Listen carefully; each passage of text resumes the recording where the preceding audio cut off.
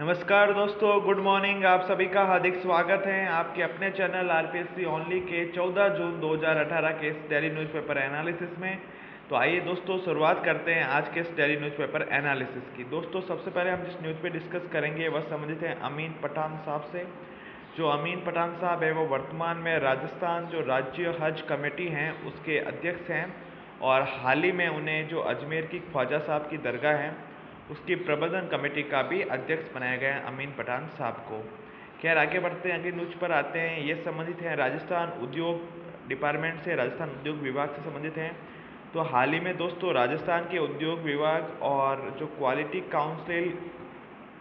Council of India है उनके बीच एक करार हुआ है, और इस करार के तहत जो micro small and medium enterprises हैं, उद्योग है राजस्थान के, उनके जो उत्पाद बनाए जाएंगे वो ऐसे बनाए जाएंगे जो पर्यावरण को जीरो इफेक्ट करें और पर्यावरण को जीरो डिफेक्ट करें। ऐसे हाई क्वालिटी के उत्पाद बनाए जाएंगे। इसके लिए समझौता हुआ है राजस्थान उद्योग डिपार्टमेंट और क्वालिटी काउंसिल ऑफ इंडिया के बीच।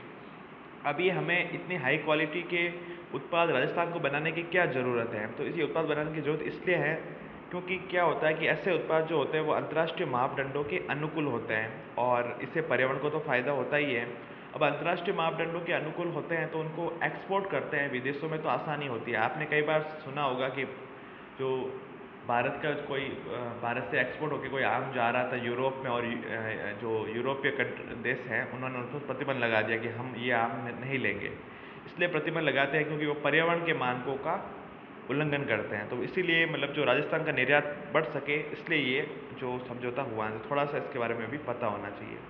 खैर, अगली न्यूज पर आते हैं। ये संबंधित है वैश्विक पर्यावरण प्रदर्शन सूचकांक से।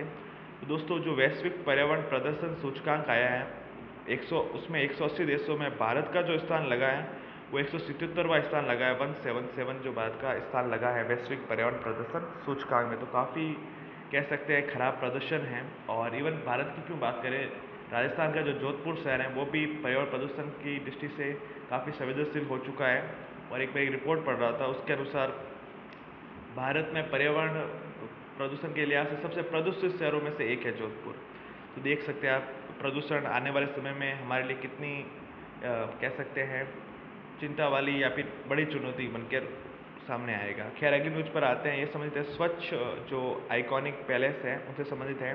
तो स्वच्छ आइकॉनिक पैलेस यानी कि जो प्रतिष्ठित स्थान होते हैं, जैसे कि हैदराबाद की चार मीनार है, दिल्ली का लाल किला है, ऐसे जो स्थान हैं उनको कैसे स्वच्छ रखा जाए, इसके लिए स्वच्छ आइकॉनिक पैलेस जो स्वच्छ भारत अभियान के तहत शुरू किया गया था, और इसका जो तीसरा चरण की शुरुआत हो गई है, उसमें 10 आइकॉनिक जो साइट है उनको शामिल किया गया है। खैर, आगे बढ़ते हैं, न्यूज पर आते हैं। ये समझते हैं यमन संकट से। तो थोड़ा सा पहले देख लेते हैं, पहले मैप में देख लेते हैं यमन कहाँ स्थित है। ये दोस्तों आप देख पा रहे होंगे, ये सऊदी अरब है और ये यमन है जिसकी राजधानी साना है, और ये लाल सागर है जो सऊदी अरब के पास स्थित है। और इस तरह जो यमन है वो सऊदी अरब का पड़ोसी देश है।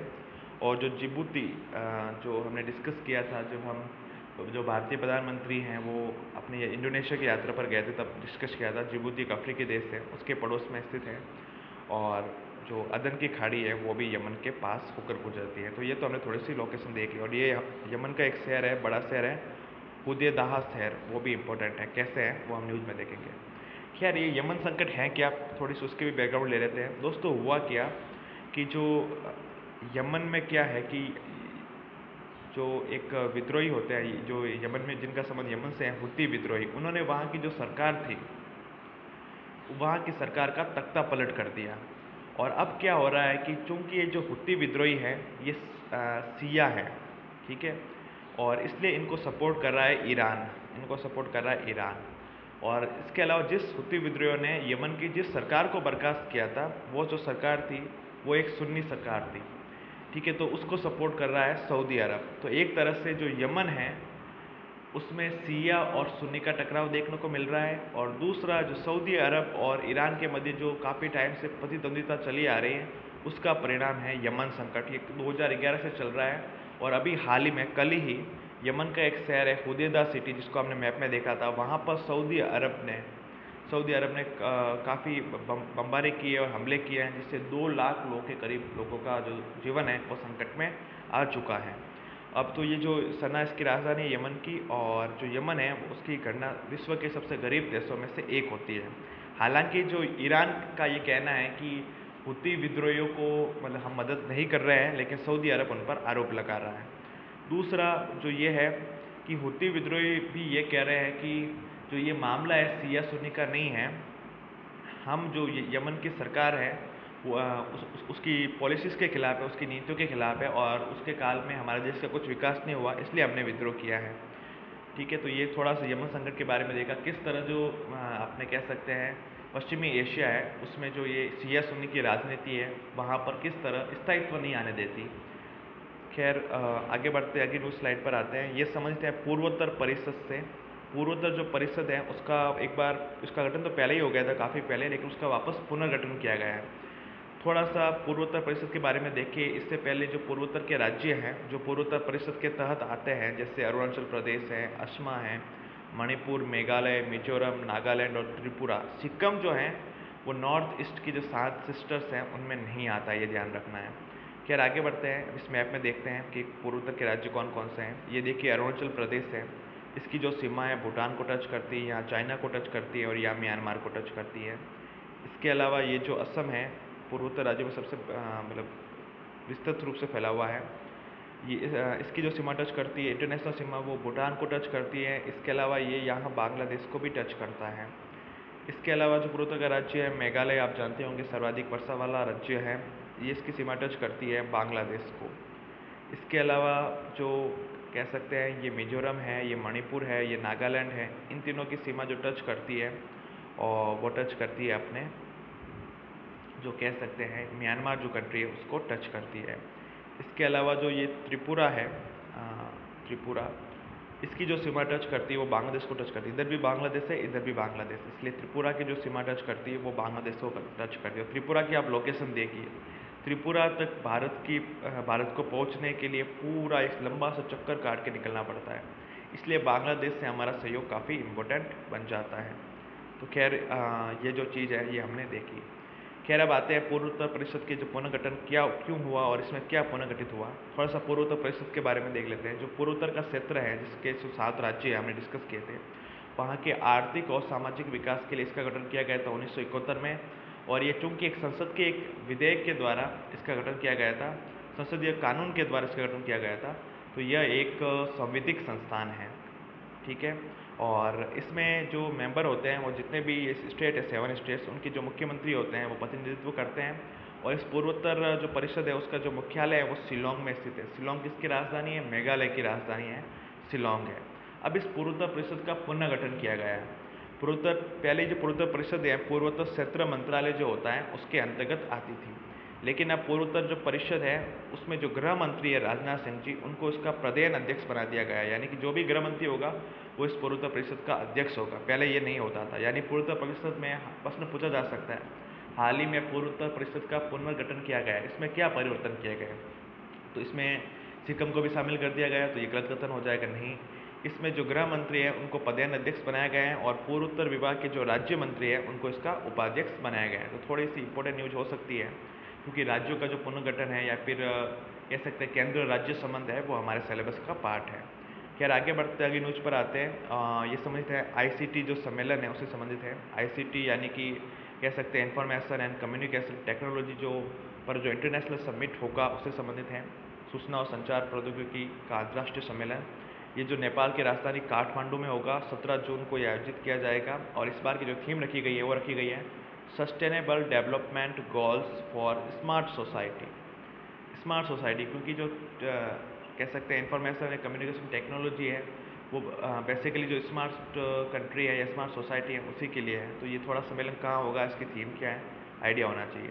अगली न्यूज पर आते हैं। ये समझते हैं फिटनेस चैलेंज अभियान से ये काफ़ी इंपॉर्टेंट बन गया है, क्योंकि कल प्रधानमंत्री नरेंद्र मोदी जी ने भी अपना वीडियो जारी किया है। तो थोड़ा सा इसके बारे में देख लेते हैं। जो फिटनेस चैलेंज अभियान है उसकी शुरुआत की गई थी केंद्रीय खेल और सूचना प्रसारण जो राज्य मंत्री हैं राज्यवर्धन सिंह राठौड़, जो कि राजस्थान से ही सांसद है, राजस्थान से शायद जयपुर ग्रामीण से सांसद है, उनके द्वारा इस अभियान की शुरुआत की गई थी, फिटनेस चैलेंज अभियान। तो इसके बारे में थोड़ा सा आइडिया होना चाहिए। खैर अगली न्यूज पर आते हैं। ये समझते हैं फीफा विश्व कप 2018 से जो फीफा विश्व कप 2018 है वो फीफा विश्व कप का 21वां संस्करण है। ये रूस की राजधानी मॉस्को में आयोजित होगा, ठीक है। और ये शुरुआत होगी इसकी 14 जून से और ये 15 जुलाई तक खेला जाएगा। और पहला जो मैच होगा वो रशिया और सऊदी अरब के मध्य होगा। सऊदी अरब वही जो यमन संकट में निर्वासित सरकार का सहायता कर रहा है और पड़ोसी है यमन का। और सऊदी अरब से होगा रूस का सामना। पहले मैच में रूस मेजबान है और जो स्टेडियम का नाम होगा उस स्टेडियम का नाम है लुझनिकी स्टेडियम। इसी लुझनिकी स्टेडियम में फाइनल मैच भी खेला जाएगा। फीफा विश्व कप में टोटल 32 टीमें पार्टिसिपेट कर रही हैं और टोटल 8 ग्रुप बने हुए हैं और प्रत्येक ग्रुप में 4 टीमें शामिल हैं और कुल 64 मैच इस टूर्नामेंट पे खेले जाएंगे। बहुत ही बड़ा इवेंट है, तो इसके बारे में हमें जो भी छोटी छोटी जानकारी अभी पता होनी चाहिए। खैर आगे बढ़ते हैं, अगली न्यूज़ पर आते हैं। इंपॉर्टेंट न्यूज़ है, ये समझते हैं एमेलिया केयर से।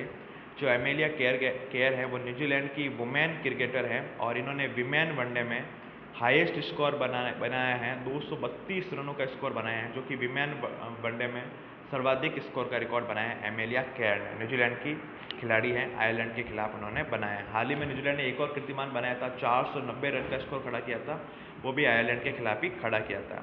खैर अगली न्यूज़ पर आते हैं। ये समझते हैं भारत अफगानिस्तान के बीच जो ऐतिहासिक टेस्ट खेला जा रहा है उससे संबंधित है। अब अफगानिस्तान ने भारत के खिलाफ अपना टेस्ट डेब्यू क्यों किया? क्योंकि भारत और अफगानिस्तान के रिलेशन अच्छे हैं और पाकिस्तान को काउंटर करने में अफगानिस्तान हमारे काम आता है।